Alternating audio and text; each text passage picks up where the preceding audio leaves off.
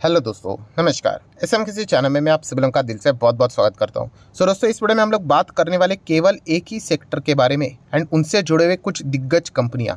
Yes दोस्तों, ये बहुत बड़ी दिग्गज कंपनियां देखा गया तो इतने इजीली मानते नहीं है नीचे आने के लिए। एंड अगर ये नीचे अगर एक साथ आएंगे तो आप सभी लोगों को पता ही है कि बाजार में क्या होगा। External issue. एक्सटर्नल इशू मतलब उनके सेक्टर में हम लोग को कुछ ऐसी दिक्कतें देखने को मिल रही है जिसके चलते थोड़ा सा उनके अर्निंग्स हम लोग को कम होते हुए देखने को मिल रहे हैं। मतलब बिजनेस थोड़ा सा लो डाउन होते हुए देखने को मिला है। तो बेसिकली प्रॉफिट तो कम ही होगा, अर्निंग्स कम होंगे, तो स्टॉक्स नीचे यहाँ पे आ ही जाते हैं। मार्केट को कुछ ना कुछ तो बहाना चाहिए होता है। एंड जब भी आप शेयर मार्केट में आओगे ना दोस्तों, ये चीज़ें चलती रहती है जिसको हम लोग बोलते हैं ना, नॉर्मल साइकिल बोलते हैं। ऐसा कभी नहीं होगा कि कोई सेक्टर हमेशा टॉप लेवल पे बना रहेगा। कभी नहीं, कभी नहीं, कभी नहीं। हर एक सेक्टर को टॉप लेवल पे जाना है। टॉप लेवल से वो कभी ना कभी बॉटम पे भी आ जाएगा। ठीक है। एंड ये भी याद रखना कि वो सेक्टर वापस अच्छी तरीके से घूम फिर कर वापस टॉप लेवल पे जाएगा। हाँ, डेफिनेटली हमें चेक करना होता है कि उसका बिजनेस किस टाइप का है। सो इस वीडियो में हम लोग बात करने वाले ऐसे एक सेक्टर के बारे में। तो दोस्तों, ये सेक्टर सालों साल चलने वाला है, आपको कोई चिंता की जरूरत नहीं है। बट येस, जैसे कि मैंने आपको कहा कि ये साइकिल होती है। कभी ये टॉप पे जाएगा तो कभी बॉटम पे आएगा, फिर वापस टॉप पे जाएगा, बॉटम पे आएगा, ये चलता रहता है। एंड दोस्तों याद रखिए, जो बड़े बड़े सेक्टर्स होते हैं ना, ये ऐसे ही चलते हैं। एंड हमें क्या करना है कि दुनिया जिस तरीके से चलती है ना, उस राह पे नहीं चलना होता है। शेयर मार्केट में आपको पता ही है कि इन्वेस्टमेंट के हिसाब से भी सक्सेस रेशो कितना है, 90-10 के आसपास से देखने को मिलता है। 90% लोग फेल ही हो जाते हैं, 10% लोग सक्सेस रेशो में यहाँ पे आ जाते हैं। मतलब क्या है, बहुत ही सिंपल है। ये जो थियोरी बोल रहा हूँ दोस्तों, ये बहुत कीमती है। ठीक है, ये जो अगर साइकिल है, ठीक है, जब भी कोई सेक्टर टॉप पे जाएगा, वो शेयर्स टॉप पे जाएंगे तो उसके बारे में हज़ार अच्छी बातें बोलेंगे। एंड जैसे ही वो सेक्टर नीचे आ जाएगा तो उसके बारे में ख़राब बोलना शुरू हो जाएंगे। आपको पता ही है, सोशल मीडिया का ज़माना है, मीम्स बनना स्टार्ट हो जाते हैं। मीम्स बनाने से अच्छा उसमें से अच्छे स्टॉक बता दीजिए लोगों को कि कहाँ पे स्टडी करना चाहिए, निवेश करना चाहिए, ताकि जब भी वो स्टॉक टॉप पे जाए, मतलब सेक्टर टॉप पे जाए, तो उन स्टॉक में लोगों को इन्वेस्टमेंट का फ़ायदा मिले। सो हम लोगों ने क्या करना है दोस्तों यहाँ पे कि जैसे ही ये अभी सेक्टर वाले स्टॉक नीचे आ रहे हैं ना, तो आपको बहुत सारे रीजंस मिल जाएंगे, वीडियोस मिल जाएंगे कैसे स्टॉक खराब है, ये है वो है करके। और जैसे टॉप पे जाएंगे कोई वीडियोस बनेंगे ही नहीं। सो ऐसा बहुत बार यहाँ पे हो चुका है। इसके पहले हम लोगों ने देखा था 2018 में कौन से सेक्टर में होता, ऑटो सेक्टर में, कि ऑटो सेक्टर नीचे जा रहा है, ऑटो सेक्टर ने बर्बाद कर दिया। आज ऑटो सेक्टर देखिए कहाँ पे स्टॉक, अशोक लेलैंड देखिए, महिंद्रा एंड महिंद्रा देखिए, टीवीएस देखिए, टाटा मोटर देखिए, है कि नहीं टॉप पे। तो वो एक अपॉर्चुनिटी क्रिएट कर देती है कि एक्सटर्नल इशू अगर कुछ बाहर में अगर कुछ हो रहा है दोस्तों, ये थियरी बहुत इंपॉर्टेंट है, इसको स्किप मत करना। मैक्सिमम लोग स्किप कर ही देते हैं। ठीक है, बट फिर भी जैसे कि मैंने आपको कहा कि एक्सटर्नल इशू जो होता है, ठीक है, अगर कोई कंपनी ए है, बी है, कोई सी है, डी है, जेड है, तो इन सभी लोगों के लिए वो नेगेटिव खबर है।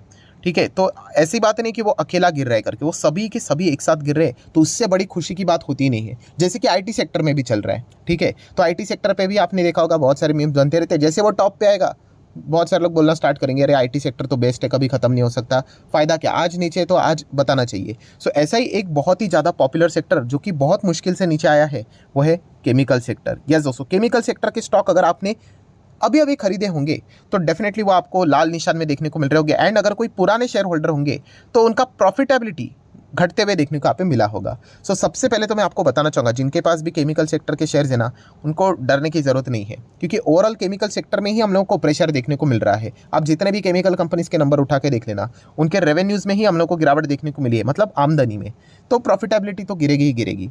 ठीक है, तो इसके चलते डरने की जरूरत नहीं। आपको सिचुएशन, मतलब गिरावट के पीछे का रीज़न क्या है वो पता होना चाहिए, तभी जाके आप एक्शन ले पाओगे। हाँ, अगर सभी के सभी स्टॉक्स भाग ही रहे, ऊपर ही जा रहे, ठीक है, एंड आपका एक ही कंपनी नीचे जा रहा है, तो फिर कुछ चिंता की बात है, डिसीजन लेना पड़ेगा कि बॉस निकलो, क्या गड़बड़े करके। बट जब पूरा सेक्टर ही नीचे है, इससे बढ़िया मतलब बोलते हैं ना, पैटर्न कभी बनता ही नहीं है। ठीक है, तो केमिकल सेक्टर से जुड़े हुए 4 दिग्गज कंपनी दोस्तों आपके सामने रखना चाहूँगा। डिस्क्लेमर है, रिकमेंडेशन नहीं है करके, आप चाहो तो इनको स्टडी कर सकते हो, और ये लिस्ट बहुत लंबी निकल सकती है क्योंकि केमिकल में आपको एक से एक धुरंधर मिल जाएंगे। बट चलिए, फिर भी फास्ट कोई ना कोई कंपनीज को हम लोग पकड़ेंगे। ठीक है, तो स्टार्ट करेंगे दोस्तों एसआरएफ के साथ। कोई सवाल मतलब है ही नहीं, बहुत ही शानदार कंपनी है। लगभग कितने का मार्केट कैप है, 67,000 करोड़ का मार्केट कैप है। आपको याद भी होगा कि हम लोगों ने इसको पहले कवर किया था, ऑलमोस्ट 6-7 हज़ार करोड़ का मार्केट कैप था। मतलब आज भी 10 से 11 गुना हमारे रिटर्न यहाँ पे बन चुके हैं। इतना फास्ट रिटर्न इस कंपनी ने यहाँ पे बना के दिए, एंड बाद में बोनस स्प्लिट भी हो गया। ठीक है, तो आप चेक कर सकते हो, बहुत शानदार रिटर्न है। टॉप लेवल से अगर देखा गया तो 20% की गिरावट नॉर्मली देखने को मिल रही है। अभी इसमें ना एक प्रॉब्लम हो जाती है। प्रॉब्लम क्या पता है, कि ये स्टॉक्स बहुत अच्छा चलते हैं ना, ठीक है, कुछ ना कुछ बहाना मिल जाता है, तो ये जो गिरावट के बाद ना जो रिकवरी होती है ना दोस्तों, उसके लिए टाइम लगता है। अगर आप जल्दबाजी करने के लिए जाओगे सर कि केमिकल्स में हम लोग जाने के लिए रेडी, आपने जैसा बोला, बट अगर आप ये एक्सपेक्ट करोगे कि क्विक रिटर्न्स बनेंगे, नहीं, क्विक नहीं बनेंगे, टाइम लगता है दोस्तों। ऑटो सेक्टर में भी मैंने आपको तभी वही कहा था कि देखिए स्टॉक एकदम नीचे आ चुके हैं। अशोक लेलैंड जैसी कंपनी 50 रुपये के आसपास आ चुकी थी कि अगर आप इसमें जाओगे टाइम लगेगा बट वो भागेगा। आज देखिए 180 के आसपास है, 3 गुना पैसा ऐसे ही बन जाते हैं, तो टाइम लगेगा। आप टाइम दे सकते हो तो ही विचार कीजिएगा। शॉर्ट टर्म में कुछ नहीं होता है दोस्तों। अभी आप देख रहे हो ना अमेरिकन बाजार में क्या हुआ, ऐसे झमेले चलते रहते हैं, कल और कुछ नया झमेला आएगा, बट लॉन्ग टर्म में आपका पैसा बनेगा। ठीक है, इसी 5 साल में, ठीक है, आप चेक कर सकते हो रिटर्न्स इतने शानदार है, 500% के रिटर्न्स है ना। इसी 5 साल में कोविड भी आया था तो वापस स्टॉक 40-50% नीचे आए थे। तो ये चलता रहता है। एक्सटर्नल इशू इंटरनल इशू को समझने की कोशिश कीजिए, ये मैंने आपको आसान भाषा में सिखा के रखा हुआ है। सो ये एक्सटर्नल है, कोई चिंता की ज़रूरत नहीं है दोस्तों। एंड ये चीज़ें होनी भी चाहिए, वरना स्टॉक नीचे कैसे आएंगे, हमेशा ये ऊपर ही रहेंगे फिर। ठीक है, तो SRF को आप चाहो तो स्टडी यहाँ पे कर सकते हो। ठीक है, एंड अगर निवेश करना है ना दोस्तों, हमेशा buy on dips SIP mode में करना होता है। मतलब बॉटम किसी को पता नहीं होता है दोस्तों। ठीक है, ये हमेशा याद रखना। अभी 20% गिरा है ना, आप छोटा सा क्वांटिटी चाहो तो खरीद सकते हो। फिर उसके बाद अगर और मार्केट में अगर कुछ हो जाता है, अगर गिरावट हो जाती है, तो आप चाहो तो थोड़ा सा क्वांटिटी और बढ़ा सकते हो। ओवरऑल पीरियड में आपको अच्छे खासे रिटर्न्स मिलेंगी क्योंकि ये कंपनियां फंडामेंटली स्ट्रांग है। तो चाहो तो आप SRF को स्टडी करना। 1970 से ये कंपनी काम कर रही है, अलग अलग सेगमेंट में यहाँ पे काम कर रही है। फ्लोरोकेमिकल्स में भी इनका बहुत ही अच्छा खासा योगदान देखने को मिल जाता है, जो कि सेमीकंडक्टर में भी इस्तेमाल होगा। Speciality chemical, packaging films, technical textile, coated laminated fabric, सब में इनका अच्छा खासा बिजनेस चलते हुए देखने को मिल जाता है। सो बाकी चीज़ें क्या ही कवर करूँ, बहुत ही उम्दा कंपनी है, शानदार कंपनी है। PNL भी कंपनी का बहुत ही स्ट्रांग रहता है, 1800-2000 करोड़। ठीक है, देखिए अभी क्या हो जाता है कि 2000 का 1900 नज़र आ रहा है, सीधा स्टेटमेंट आ जाएगा अरे खराब करके। अरे ऐसा थोड़ी ना होता है, एवरेज परफॉर्मेंस देखना होता है। अगर आप इनका एवरेज परफॉर्मेंस देखोगे, एक समय में इनका EPS कितना था, 13, 8, 5 ऐसा चलता था। आज इनका EPS कितना है, 60-70 के रेंज में आ चुका है। सो एवरेज परफॉर्मेंस अच्छा है, इसीलिए स्टॉक अच्छा लॉन्ग टर्म में अच्छा कर लेता है। एंड कंपनीज की शेयर होल्डिंग पैटर्न को देखना, 50% प्रमोटर, FIS की बात कर तो 20% है, DIS की बात कर तो 13%, पब्लिक की बात कर तो 15%। So definitely decent shareholding pattern भी है। ऐसा नहीं है कि यहाँ पे सिर्फ प्रमोटर है एंड पब्लिक है एंड बाकी सब लोग भाग गए करके। मतलब बड़े स्तर की कंपनी की मैं बात कर रहा हूँ, माइक्रो कैप में तो ऐसा ही रहेगा। ठीक है, तो SRF आप चाहो तो इनको स्टडी यहाँ पे कर सकते हो। नेक्स्ट कंपनी है दोस्तों, थोड़ा अभी फास्ट जाएंगे, विनाती ऑर्गेनिक। बट यस, यहाँ पे एक बहुत बड़ा अलर्ट भी है। अलर्ट क्या है कि अभी इस कंपनी के Q1 के नंबर आएंगे। ऐसा ब्लाइंडली जाके निवेश नहीं करना होता है। मैं देखता हूँ आज भी बहुत ही रैंडम बाइंग का पैटर्न चलता रहता है कि मन हो गया खरीद लिया, मार्केट भाग लिया तो खरीद लिया। ऐसा नहीं, कंपनी के नंबर आएंगे ना, 2 दिन के बाद कौन सी गाड़ी छूटने वाली, कौन सा ये 1875 का है सीधा 18750 का हो जाएगा, ऐसा तो नहीं होगा ना।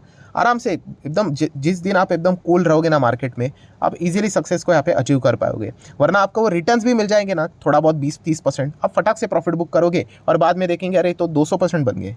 तो ये भी चीज़ यहाँ पे होती है। तो विनाती ऑर्गेनिक जैसी कंपनियां भी इजीली मानती नहीं नीचे आने के लिए। अभी बहुत अच्छी बात है कि ये नीचे है करके, कम से कम आप देख सकते हो 20% की गिरावट, हेल्दी गिरावट है, कोई डरने की बात यहाँ पे नहीं है क्योंकि ये स्टॉक भागते भी इतने शानदार है, 200-300% की रिटर्न्स, तो गिरावट तो होनी ही चाहिए ना।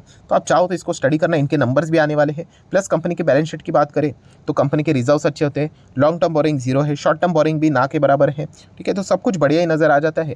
कैश इक्विवेलेंट भी कंपनी का ठीक ही नज़र यहाँ पे आ ही जाता है। सो चाहो तो इसको स्टडी कर लेना। ये भी कंपनी पुरानी 1989 से यहाँ पे काम करती हुई देखने को मिलती है। ग्लोबल मार्केट लीडर है दोस्तों, 20,000 करोड़ का मार्केट कैप है, मतलब मिड कैप है, तो वॉलेटिलिटी तो झेलनी आपको यहाँ पे आनी चाहिए।